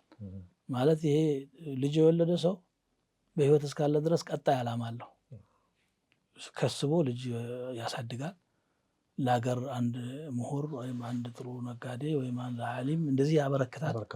ለህብረተሰቡም ሸሃደተ የሚል ሰው ላ ኢላሃ ኢለላህ የሚል ሰው ያበዛል። ለዚህ ነው ፈኢኒ ሙካሲሩን ቢኩሙል ኡመም ያሉት ነብዩ ሰለላሁ ዐለይሂ ወሰለም። ተዘወጁል ወሉደል ወዱድ ፈኢኒ ሙካሲሩን ቢኩሙል ኡመም፣ ወላድና ወዳድ አግቡ፣ በኡመት ብዛት በእናንተ ነው መፎካከሩ። ሌሎች አንቢዮችና እሳቸው ስንት ኡመት ነው ላ ኢላሃ ኢለላህ የሚል አህሉ ተውሂድ ያፈራቸው ተብሎ ውድድር አለ ማለት ነው። ስለዚህ ምንም ሳያበረክት ከሄደ ቆርጧል፣ የኡመቱንም ቆርጧል። እንደገና ደግሞ እድሜ ዘልዛላ ነው ይላሉ በአማርኛ አባባል። ወጣት እንደሆነ አይኖርም ይሄ ሰውዬ፣ ያረጃል። ያረጀ ጊዜ ብቻውን ይወድቃል። ብቻውን። ልጆች እንደው ቢከፉ ቢሰለቹም ጥለው አይጥሉም፣ ወላጃቸው ነውና። እረገማለሁ ይላል፣ ዱዓ ፈልጋለሁ ይላል። በተለይ ጥሩ ተርቢያ ያለው ሰው ደግሞ የጀነት በር ተከፈተልኝ ብሎ ደፋ ቀና ብሎ ይከድማል። ዱዓውንም ለነሱ አስተላልፎ ስሙንም አስቀርቶ እሱ ደግሞ ከሞተ በኋላ በየጊዜው ሰደቃ ያደርጉለታል፣ በየጊዜው ዱዓ ያደርጉለታል። ሱጁድ ሲያደርጉ፣ ሰላት ሲሰግዱ ትዝ ይላቸዋል። ወላጅ ያለው ሰው እንደ ረቢ ግፍር ሊ ወሊዋሊደየ ማይል አይኖርም ሙእሚን እስከሆነ ድረስ። ይህንን ያላደረገ ሰው ግን በዱዓ የሚያስታውሰው እንኳን የለውም። ነብዩ ሰለላሁ ዐለይሂ ወሰለም ሰውየው ሲሞት ሶስት ነገር ይቋረጣል። ኢዛ ማተ ልኢንሳኑ እንቀጠዐ ዐመሉሁ ኢላ ሚን ሰላስ፣ ሶስት ነገር ብቻ ሲቀር ሁሉ ነገር ይቋረጣል። ሰደቀትን ጃሪያ አው ዒልሚን ዩንተፈዑ ቢሂ አው ወለድን ሷሊህ የድዑ ለሁ፣ ቋሚነት ያለው ሰደቃ መስጂድ ሰርቶ ውሃ ጉድጓድ ቆፍሮ እሱ ከሞተ በኋላ የሚቀጥል የሰደቀ ሰው ወይ መጽሐፍ ጽፎ ወይ ዛሬ ደግሞ ሪከርድም አለ አልሐምዱሊላህ አላህ ኢኽላሱን ይስጠን እንጂ ይሄን አድርጎ ይቀራል። ወይ ልጅ ወልድና ልጁ ጧት ማታ ረቢ ግፍር ሊ ይለዋል። ያላገባ ላጤ የሆነ ሰው ይሄንንም ነው የሚያጣው። ከዛ ውጭ ይሄ ልጅ እኮ መውለድ ማለት አድገው የሚያገለግሉህ ብቻ እኮ አይደለም፣ የደስታ ምንጭ። ጧት ከስራ ተሰማርተህ ስትመለስ ማታ ልጆች በር ላይ ባባ ብለው ሲቀበሉ ያለውን ለዛ ላጤ አያውቀውም። ምን ያህል ጭንቀትህ ሁሉ እዛ ነው የሚራገፈው እኮ። የሆነ ተረብሸ ተጨንቀህ ትመጣና እነሱ እየሳቁ ሲቀበሉ ረሳኸው። አንተ 1 ደቂቃ 30 ደቂቃ እነሱ ጋር ካወራህ አንተ ሪፍሬሽ ሆነሃል፣ አዲስ ሰው ሆነሃል። ይሄም አለ። እንደው እንደንተንም ካየነው ጋብቻውን ይሄ ቤተሰባዊ ስራ የስራ ክፍፍል መቼም ብዙ ስራ ነው ያለው። ቤት ላይ ያለው የምግብ ስራ አለ፣ የልብስ ማጠብ አለ፣ ማጽዳት አለ፣ የውጭ ስራ አለ፣ ተርቲባቶች አሉና ይህን ሁሉ ፖዚሽን ኃላፊነት ከመከፋፈልና ስራ ከማቅለል አንጻር ነው ጋብቻ ወሳኝ ነው። ላጤ ከሆነ ግን ልብስ የቤቱንም እሱ ይሰራል፣ ሁሉ ነገር የቤቱንም የውጭ የሚሰራ ሰው ነው። ቢሮም እሱ ነው፣ ቤትም ሴትም ወንድም ደግሞ አለ ሰው እና ላጤ መሆን በጣም ብዙ ጉዳት ዘርፈ ብዙ ጉዳት ነው ያለው። ላጤዎች እየሰሙን ከሆነ መቼም ፔኑ በደንብ ይሰማቸዋል፣ እነሱም ያሉበት ስለሆነ ማለት ነው። ላጤዎች የሚሰሙ ነገራቸው ይስሙና ያገቡም ደግሞ እንግዲህ አላህ ያጠንክራቸው ያችላቸው ለመጨመርም ያሳካላቸው። እህቶቻችንም ሶብር አላህ ይስጣቸው። በነገራችን ላይ ወደዚህ ወደ ቤት ስራው ሳንሄድ በፊት የልጅን ኒዕማ በተመለከተ አንድ አያት እዚህ እያለ ነበርና አልማሉ ወልበኑን ዚነቱል ሐያት ዱንያ ይላል። ገንዘብና ልጆች የዱንያ ህይወት ጌጦች ናቸው ይላል። ጌጥም ነው ማለት ነው። መውለድ ህይወትን ውበት ይሰጣታል፣ ለዛ ይሰጣታል ማለት ነው። አንድ ቤት ሼክ አይታችሁ ከሆነ ባልና ሚስት ዛና ጋር እዚህ ጋር ቁጭ ብለው ምን ውበት አለው። ልጆች ግን የጥፉ ሀታ ጀነት እንኳን የጥፉ ዓለም ሙዳል መኸለድ እኮ የጀነት እኮ ቅርጽ ነው ይራሱ ስለሳቸው ይሰለቻቸዋል። የሚያወሩት ነገርም ያልቃል። አሁን ልጅ ካለ ስለ ልጅ ያወራሉ። እንዲህ ሆኖ የነሱ ጉዳይ የሆነ ደቂቃ ነው የሚያወሩት የነሱን ጉዳይ፣ ከዛ ጨዋታ ነው የሚሆነው። ቲቪ አይታይ ምን አይታይ በቃ። እና ይሄ እንግዲህ ያላገቡ ሰዎች አያውቁትም ያላችሁት አግብተው መስጠት ይዩት ነው የምንለው። አላህ ያሳካላቸው። ወደ ሁለተኛው እንትን ብዙ አልተናገርንባት እቺ ቤት ውስጥ ብቻውን የሚቀመጥ ሰው ወንድም ሴትም ነው ብለህ የገለጽከው ማለት ነው። አላህ ስብሐነሁ ወተዓላ ትዳር ላይ የስራ ክፍፍል አድርጓል። ሴቷ ከስብ የመከሰብ ኃላፊነት የላትም በሸሪዓው። አሁን ዛሬ ያው እሷም ዲግሪ ይኖራታል፣ ተነስታ ስራ ትሄዳለች። የሚያገኙትን ገቢ ብቻ ነው የሚያስቡት ቁሱን። እሷ ይህን ያክል ሺ ካገኘች እና ይህን ሻል ካገኘው በጋራ ብዙ ነው ብለው ማቴሪያሊስት የሆነ ህብረተሰብ ያንን ነው የሚያስበው። ከዛ የሆነ ነገር እንገነባለን እሱን ያስባሉ። እዚህ ውስጥ ግን የሚበላሹ ነገሮች አሉ። ያንን አላህ ስለሚያውቅ ምን አላቸው? ወቀርነ ፊ ቡዩቲኩነ፣ ወጣ መስራት ትችላለች አትችልም፣ በአቅሟ መስራት ምንም የሚከለክላት ነገር የለም። አቅሟ የፈቀደውን ያክል ግን ኃላፊነት ሊጣልባት አይገባም። ወንዱ ማመቻቸት አለበት።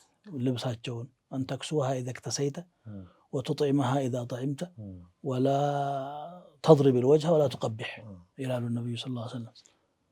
ስትለብስ ማልበስ፣ ስትበላ ማብላት። አንዳንዱ ውጭ ውሎ ሲያበቃ ከጓደኞቹ በኋላ ጥሩ ጥሩ ነገሮች ሲበላ ይውላል። ማታ እሷ ቤት ያላት ሽሮ ብቻ ነው የምታንተከተከው። ይህ አይደለም፣ ማመቻቸት አለበት። ለእሷ የምታደርገውን ብሎ አዞታል። አላህ ነው ያዘዘው። ያንን ሲያደርግ ደግሞ ዝም ብሎ በነፃ አይደለም። እሷ ደግሞ ቤት የምታደርግለት ነገር አለ። ጠዋት አሁን ለባብሰን አምረን የወጣ ነው፣ እነሱ አምረን እንድንወጣ ስለፈቀዱ ነው። ዞር በል ብትልህ ኖሮ ተጥመርሙረህ ነው የምትወጣው። ወይ ባትኖር አለዛ ደግሞ አንተ ያንንም ለመስራት ትገደዳለህ። ስለዚህ ቤቱ ራሱ ወንድ ከያዘው አያምርም እኮ ቤት ታውቃለህ። ለሴቶች ነው ቤትን የሰጠው አላህ። ፊ ቡዩቲኩነ ነው እኮ የሚላቸው። የእናንተ ቤት ውስጥ ተቀመጡ። ፊ ቡዩቲ አዝዋጅኩነ አላለም፣ የባሎቻችሁ አላለም። ቤት የሚሰራው ለልጅና ለሚስት ነው። አንተ አድሮ ሂጅ እንግዳ ነህ። እውነቱን እንይካል ከመሸ ማታ ይመጣል። ያው የሚሄድበትን ብቻ ያውቃል እንጂ ጠዋት ይወጣል። በቃ ይሄ ነው መንገደኛ ነው እሱ። ያንን ቤት በጣም አሰማምረው አንዴ የመኝታ ክፍል ይሄን እሷ ቡርኩስኩስ አድርጋ በሌላ መልኩ ሰርታው ማታ ስትመጣ አዲስ ቤት የገባህ ነው የሚመስል አላቸው። ደግሞ የዚህ ጥበቡ ይህን ሁሉ ነው የሚያጣው ትዳር የሌለው ሰው። ሱብሓነላህ አልዓዚም። ያኔ ወንዶች ማሰብ ራሱ ይከብዳል መኖር ቀርቶ ሴቶች ቤት ውስጥ የሰሩት ነገር የሚያስደስታቸውን ደስታ ብዙውን አይገልጹትም። በነገራችን ላይ እንዲሁ ምንም እንዳላየ ሊያልፍ ይችላል። አንዳንዱም ደግሞ ሀሳብና ጭንቀት ስላለው ድንዝ ብሎ ገብቶ ተኝቶ እንቅልፉን ሲጨርስ ሊሆን ይችላል የሚያየው። ግን ብዙ ለፍተውበታል፣ እነሱ ጥበብ ፈሶበታል። የሚገርመው ሰው ለፍተውም አቅርበው ሲበላላቸው ሰው ሲደሰትላቸው ነው የሚደሰቱት። እነሱ ደስታ በኛ ደስታ ነው። ምግብ ቤት የምትበላው ምግብ ጥሩ ሙሉ ጤና አይኖረው። ምክንያቱም ምግብ ቤት ያሉ ሰዎች ምላስህ ላይ ጣፍጦህ እንድትበላ ብቻ ያረጉ ካልሆነ በስተቀር ሌላው ጥራት ብዙ ላይ ይጠበቅ ይችላል። ህዝብ ላይ ታማሚ ነው። ቤት ውስጥ ግን አላቸው ሕክምናም ጭምር አላቸው። ሆም ሜዲኬሽን አላቸው። ሴቶች ጥበብ አላቸው እና በሆም መልኩ ይሰሩልሃል። አንተ ጤነኛ ትሆናለህ። ስለዚህ ትዳር ዝም ብሎ አሁን እኛ ንሱሱን ብቻ አይደለም ቁርአኑ የሚናገረውን ሐዲሱ የሚናገረውን ሳይሆን ኤክስፒሪየንሱንም ጭምር እያወራን ስንሄድ ሐቂቃው ግልጽ ይላል በሚል ነው ይሄን እያነሳሁ ያለሁት። ጀዛኩሙላሁ ኸይር። ሰዓታችን ያለቀ ስለሆነ የቅድመ ጋብቻ ፕሮግራም ነው የዛሬውና እንደው ጠቅላላ አድርገን ስናየው ኢስላም ለማህበረሰቡ ምን ይላል? ለአባቶች፣ ለእናቶች፣ ለሚስት፣ ለልጅ፣ ለጎረቤት በአጠቃላይ ጀነራል ምን መልእክት አለው? በቅድመ ጋብቻን በተመለከተ ቅድመ ጋብቻውም አልተጠናቀቀም። አጠቃላይ ወላጆች ልጆቻቸውን ለመዳር መዘጋጀት አለባቸው። መዳርን ግዴታ አድርጎባቸዋልና አንኪሑ ብሏል። እንዲያገቡ ማገዝ አለባቸው። ወጣቶች ደግሞ ለጋብቻ መዘጋጀት አለባቸው። በተለይ ወንዶቹ ያው ኢኮኖሚያቸውንም ለጋብቻ የሚያስችላቸውን ማዘጋጀት ይጠበቅባቸዋል። ሴቷ የሚጠበቅባት ከአባቷ ቤት ወደ አዲሱ የትዳር ጎጆ ብቻ መሄድ እንጂ ከዚህ በላይ ሸሪዓው ኃላፊነት አልጣለባትም። ሙሽራ ናት። በእንክብካቤ እዚህ ትኖራለች፣ በእንክብካቤ አድራሻ ትቀይራለች። ከቤት ወደ ቤት ነው። እዚህ ኃላፊነቱ የወንዱ ነው። ያን ዝግጅት ማድረግ አለባቸው። ሌላው ስለ ምርጫ አላወራንም። ጊዜ ቢኖረን ኖሮ የትዳር ምርጫ መስፈርቶቹ ምንድን ናቸው? እንዴት ነው የሚከናወነው? እውነት ሰዎች እንደሚሉት አጥንቱ ነው የሚታየው? ዘሩ፣ ቋንቋው፣ ብሔሩ ነው የሚታየው ወይስ ሌሎች ነገሮች አሉ የሚለውን ያው ቀጣይ ፕሮግራም ላይ እናየዋለን። ካልኩ ወደዛ እናሸጋግረዋለን። ብቻ የጋብቻ ጉዳይ ትኩረት ሊሰጠው ይገባል። ሸሪዓው ባለመልኩ ካልኖር በስተቀር ጤናችንም የአእምሮ ሰላማችንም ማህበረሰብ ሰላማችንም ዒፋችንም ክብራችንም ይታወቃል። እስላማዊ ጋብቻን በመሰረትን ቁጥር ጤናችንን እንጠብቃለን። እያንዳንዱ ሰው መንፈሳችን የረካ ይሆናል። አካላችን ፍላጎቱን ያስተናግዳል። ትውልድ ይፈራበታል። ፍቅር አለበት። ቅድም እንደውም ያነሳናት አንቀጽ አለች እኮ ወምን አያቲሂ አን ጀዐለ ለኩም ሚን አንፉሲኩም አዝዋጀን የትዳር ጓዶች ያደረገላቸው ሊተስኩኑ አለ እንድትረጋጉ ካለ በኋላ ወጀዐለ በይነኩም መወደተን ወረሕማ መፋቀርና መተዛዘንን አደረገ ይላል። መፋቀርና መተዛዘን ከመጀመሪያው እስከ መጨረሻው ነው፣ አይቆምም። አንዳንዶቹ መፋቀር የመጀመሪያ የጋብቻ ሰሞን ነው፣ መተዛዘን ደግሞ ከዛ በኋላ ነው። ብዙ ነገር ስላሳለፉ ይሄ አካላዊ ፍላጎቱ እየረገበ ይሄዳል፣ ጾታዊ ፍላጎቱ እየረገበ ይሄዳል። ከዛ በኋላ ምን ይቀራል? መተዛዘን ይመጣል ብለው የፈሰሩም አሉ። ይሄ እኮ ባለቤቴ ብዙ ነገር አብሬው አሳልፍ ያለው ክፉን ደጉን አሳልፈናል፣ ልጅ ወልደናል፣ ከብረናል። ወጥቶ እስከሚገባ አታምንም፣ ትሰጋለች። እሱም ደግሞ ወጥቶ ገብቶ እሷን እስከሚያይ ድረስ አያርፍም። ጭንቀቱ ከእሷ ጋር ይሆናል። ብዙ በቃ ትላልቅ ሰዎችን እንደዚህ ታያለህ። በጣም ሲጨነቅላት ታያለህ፣ በጣም ስትጨነቅላት ታያለህ። የእነሱ አላቃ ከቁስ አልፎ አንዱ ስለ አንዱ ወደ ማሰብ ደረጃ ተሸጋግሯል። ይሄ ጋብቻ ውስጥ ባዕድ ናቸው እኮ እነኚህ ሰዎች። ጭራሽ ዘራቸው ምናልባት አደም ላይ ሁሉ የሚገናኝ ሊሆን ሁሉ ይችላል። ግን ጋብቻው ስላስተሳሰራቸው የአንዱ ሀያት ከአንዱ ጋር ሙርተቢጥ ሆኗል። ይህ ሁሉ ፈዋኢድ ነው ያለው። ያልቆጠርናቸውም ብዙ ጥቅሞች ይኖራሉ። አሁንም እኛ ነቢያችን ሰለላሁ ዐለይሂ ወሰለም እንዳሉት ወደ መጠቃለያ ከሆነ እየሄድን ያለ ነው።